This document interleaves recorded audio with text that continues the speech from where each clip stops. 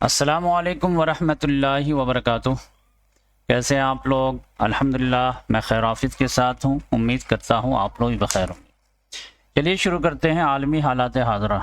आज की सबसे बड़ी ख़बर तो ये है कि ईरान और अमेरिका की जो है बात होने जा रही है ओमान में न्यूक्लियर डील को लेकर के।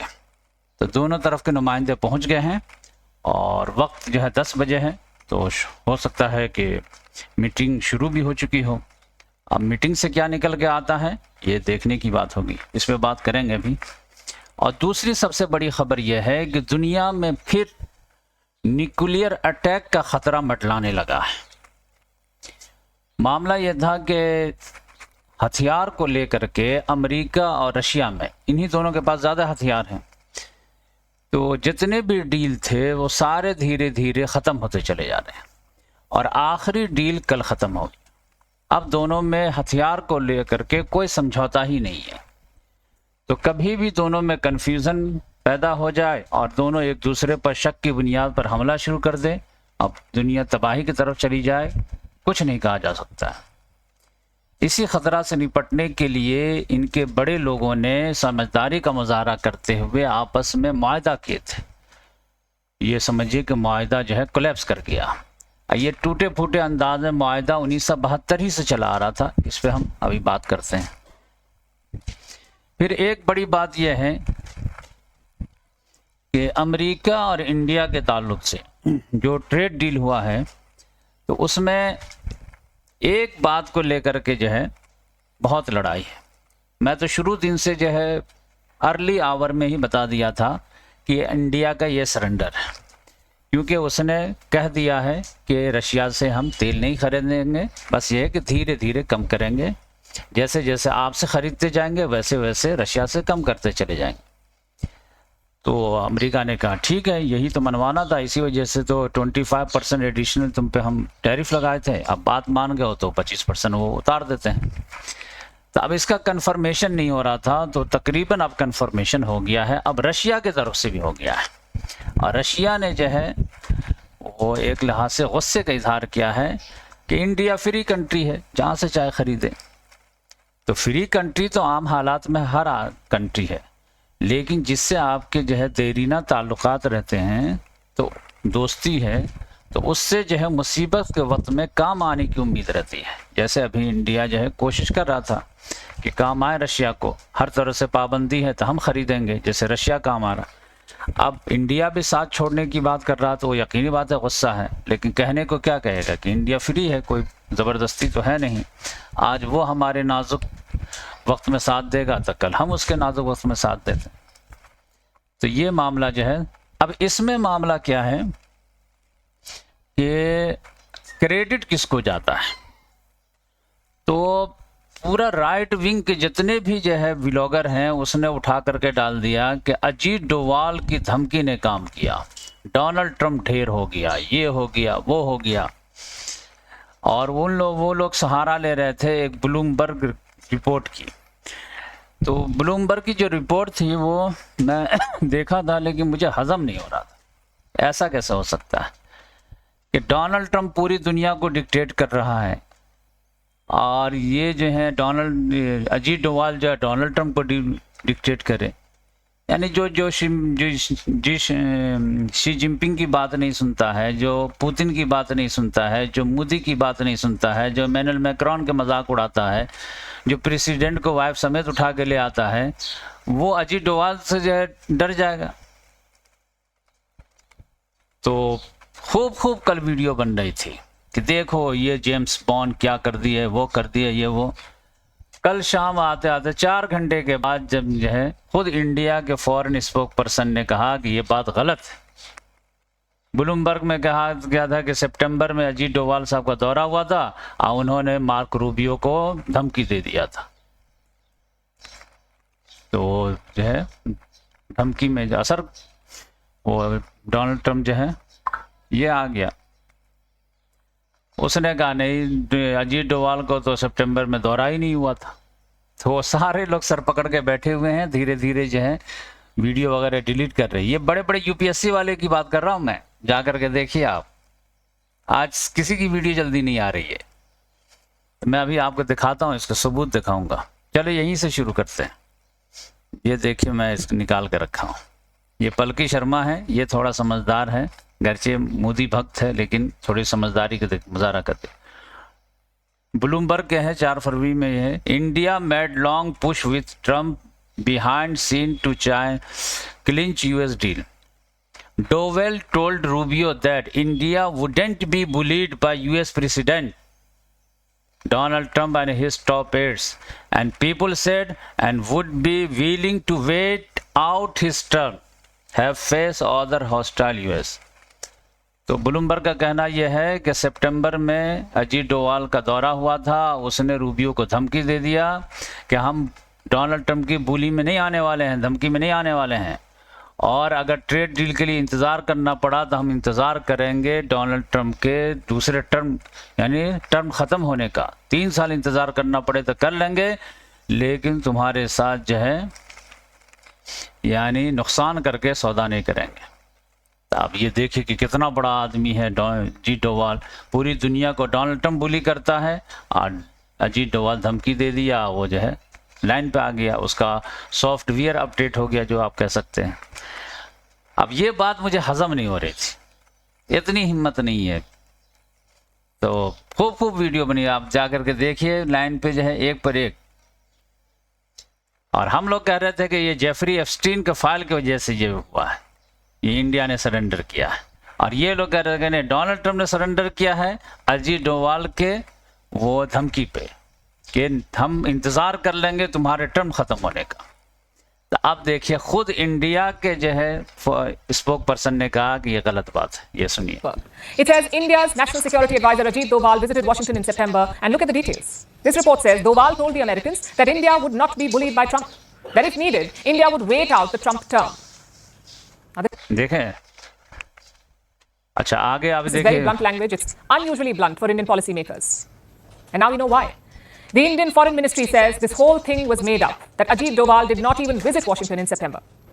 Regarding report, देखिए अब इधर से भी आपको सबूत मिल जाएगा। by Bloomberg, I would like to say that there is absolutely no basis for that report. No such meeting or no such visit has taken place.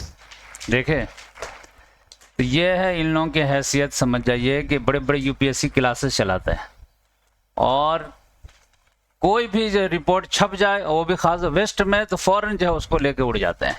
यानी सेंस नाम की चीज़ नहीं रहती है कि कोई क्या छाप रहा नहीं छाप रहा। वेस्ट में कोई भी चीज़ छप गई, बस वो पत्थर की लकीर है। वेस्ट ने कह दिया ये दहशतगर्द है, ये है तो ये दहशतगर्द है, ये जो है पीस मेकर है तो ये पीस मेकर है। यानी ये लोग जो है पढ़ाई किए हैं कि क्या किए हैं मुझे समझ में नहीं आता है। बस घोड़े के जैसे लगाम लगा दिया जाता है कि सामने ही दिखना है तो दिखना है। वेस्ट में कुछ भी छप जाए, वो कुछ भी बोल दे। अभी ईरान के पासदारा ने इनकलाब का IRGC को दहशतगर्द कह दिया, अब ये लोग कहना शुरू कर देंगे। तो ये लोग पढ़े लिखे बनते हैं। तो मैं आप लोगों को दिखा दिया। अच्छा चलिए अब बात करते हैं। ये जो दुनिया में जो खतरात मंडला रहे हैं कि धीरे धीरे जब से ये रशिया यूक्रेन जंग का मामला हुआ था, तो इससे पहले जो है अल्हम्दुलिल्लाह सॉरी, तो बहुत सारे डील थे हथियार के, एंटी ये समझे कि कॉन्टिनेंटल मिसाइल वगैरह को लेकर के ये सारी चीज़ें। लेकिन धीरे धीरे एक एक जो है मुआहदा ख़त्म होता चला जा रहा। आखिरी मुआहदा था न्यूक्लियर डील को लेकर के। इन दोनों में मुआहदा ये हुआ था, ये 2010 की बात है, कि आपके पास जितने न्यूक्लियर वेपन हैं और तुम्हारे पास जितने हैं, तो वो तो समझिए कि गोदाम में है, तो उसको इस्तेमाल करना तो थोड़ा दिक्कत वाली बात है, टाइम लगता है। लेकिन हर मुल्क जो है कुछ न्यूक्लियर वेपन जो है रेडी पोजीशन में रखते हैं ताकि किसी वक्त भी इमरजेंसी पड़ जाए। बाकी ये है, तो आप कितने मतलब न्यूक्लियर वेपन को समझिए कि रेडी पोजीशन में रखे हुए हैं और कहाँ कहाँ रखे हुए हैं, ये हमें बता दीजिए। इसी तरह हम भी आपको बता देंगे। तो ये ओबामा के दौर में 2010 में जो है इन लोगों ने इस तरह का मुआहदा किया था ताकि कोई मिसहैप ना हो जाए, कोई शक की बुनियाद पे एक दूसरे पे हमला ना हो जाए। तो इन लोगों ने ये हमला किया था कि 1550 न्यूक्लियर जो है हम लोग रखेंगे और उसके बारे में बता देंगे। आप भी बता दीजिएगा, रशिया ने कहा और अमेरिका ने कहा, आप भी बता दीजिएगा। आज 700 जो है बैलिस्टिक मिसाइल के बारे में बता दीजिएगा, का अच्छी बात है, कोई बात। और हम लोग चेक भी करेंगे आकर के, एक साल में 18 मरतबा चेक किया जा सकता है, कहाँ ठीक है। तो ये समझ जाइए कि 10 साल के लिए मायदा हुआ था, 2010-11 में हुआ था, 2021 में फिर इसको जो है 5 साल के लिए और बढ़ा दिया गया। तो आप समझिए कि 21 से समझिए कि 26 हो गया। तो कल जो है 5 तारीख को ये इसका डेट फाइनल हो गया, ख़त्म।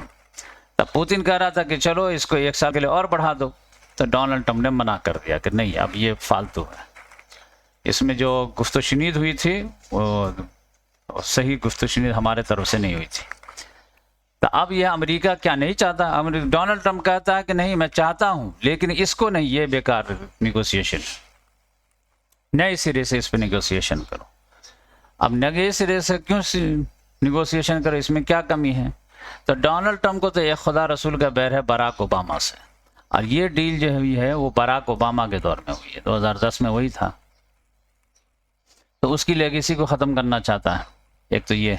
और दूसरी बात यह है कि उसका कहना यह है कि अब नए सिरे से करो और ये बायलेटरल के बजाय ट्राइलेटरल करो, क्योंकि अब जो है चाइना के पास भी जो है बहुत न्यूक्लियर वेपन आ गया है। तब मैं तुमसे सिर्फ जो है बोल के रखूं और तुमको जो है विज़िट कराऊं, तुम हमारे यहाँ विज़िट कराओ और तुमसे जो है फिर चाइना को खबर पहुंच जाए, तो चाइना और अपना बता ही नहीं तो फ़ायदा क्या है। तो तीनों का मायदा हो तब तो ठीक है, वरना जो है कोई फ़ायदा नहीं। चाइना कहता कि मैं इंटरेस्टेड हूँ ही नहीं, क्योंकि इन लोगों के पास जितने हैं उतना मेरे पास है ही नहीं। ये लोग तो हज़ारों की तादाद में रखे हुए हैं, 4000 5000, हमारे पास तो सैकड़े में हैं, 200 300 400 500 हैं। तो हमारा तुम्हारा कोई मुकाबला नहीं है, तुम लोग आपस में करो। तो इस लिहाज से जो है न्यू स्टार्ट इसका नाम दिया गया था, न्यू स्टार्ट। तो ये समझिए कि ये ख़त्म हो गया है। तो अब यह है कि अमेरिका का वॉर हेड जो है कहाँ कहाँ पे है, कितना है कुछ पता नहीं रशिया को, और रशिया को कितना है उसको कुछ पता नहीं अमेरिका को। तो अब शक की बुनियाद पे कभी भी कुछ भी हो सकता है। तो ये जो है दुनिया को एक मुसीबत जो है लायक हो गई है। तो ये सबसे पहले जो है 1972 में हुआ था, बैलिस्टिक मिसाइल वगैरह को लेकर के। फिर बाकायदा तौर पर जो है 1991-92 में हुआ, फिर उसके बाद 98 में हुआ, 2003 में हुआ, और ये जो अभी जो ये हुआ है ये फाइनल वर्जन एक लिहाज से 2010 में हुआ था। तो इतने सालों का मुआहदा था इन लोगों का, और ये अभी खटाई में पड़ गया है। इसके बाद अगर बात की जाए इसके ईरान के न्यूक्लियर के डील के ताल्लुक से, तो आज ये लोग बैठे हैं ओमान में और ये बातचीत शुरू होगी। 4 मुद्दे हैं, 4 में से देखिए अमेरिका कितना मनवा पाता है और ईरान कितना मान पाता है।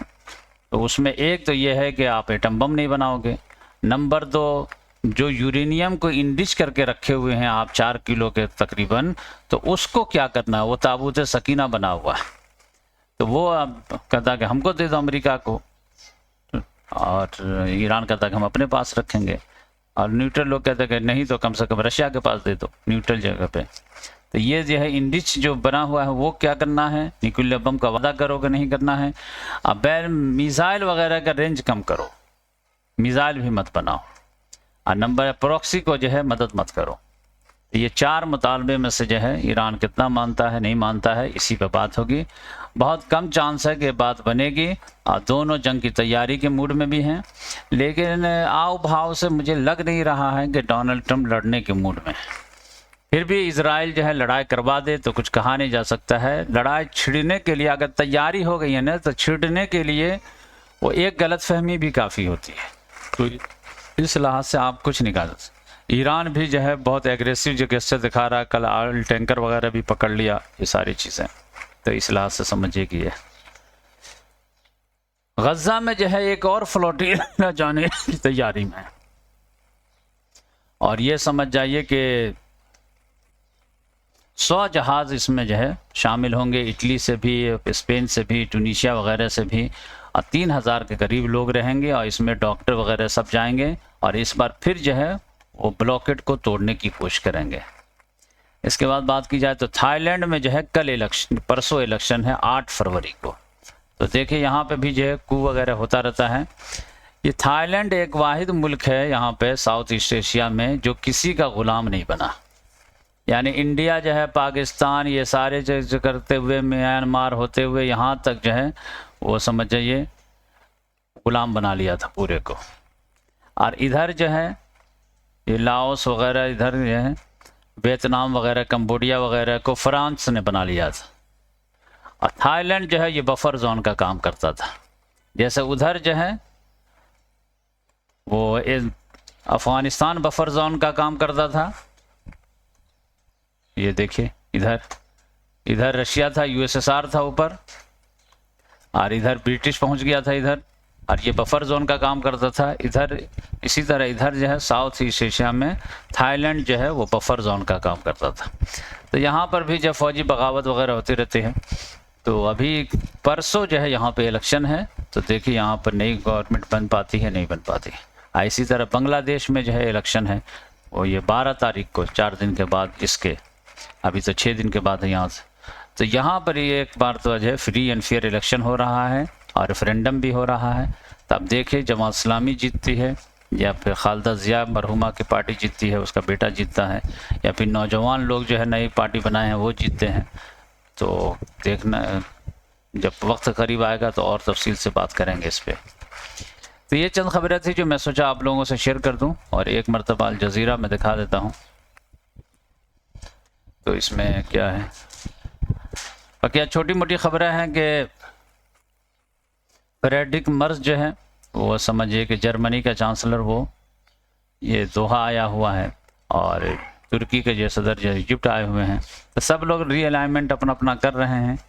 और जर्मनी तो बिल्कुल ही समझिए कि एक लिहाज से अमेरिका से चिढ़ गया है, तो वो साउथ अफ्रीका भी जा रहा है, इंडिया भी आया था, फिर जो है चाइना भी जाने वाला है। तो ब्रिक्स कंट्री ही घूम रहा है एक लिहाज से। तो अमेरिका को, जर्मन कौम बहुत गैरतमंद कौम रहती है, इसीलिए देखिए वो उसी की वजह से फर्स्ट वर्ल्ड वॉर भी हुआ, सेकेंड वर्ल्ड वॉर। दिमाग थोड़ा कम है लेकिन गुरूर बहुत ज़्यादा रहता है।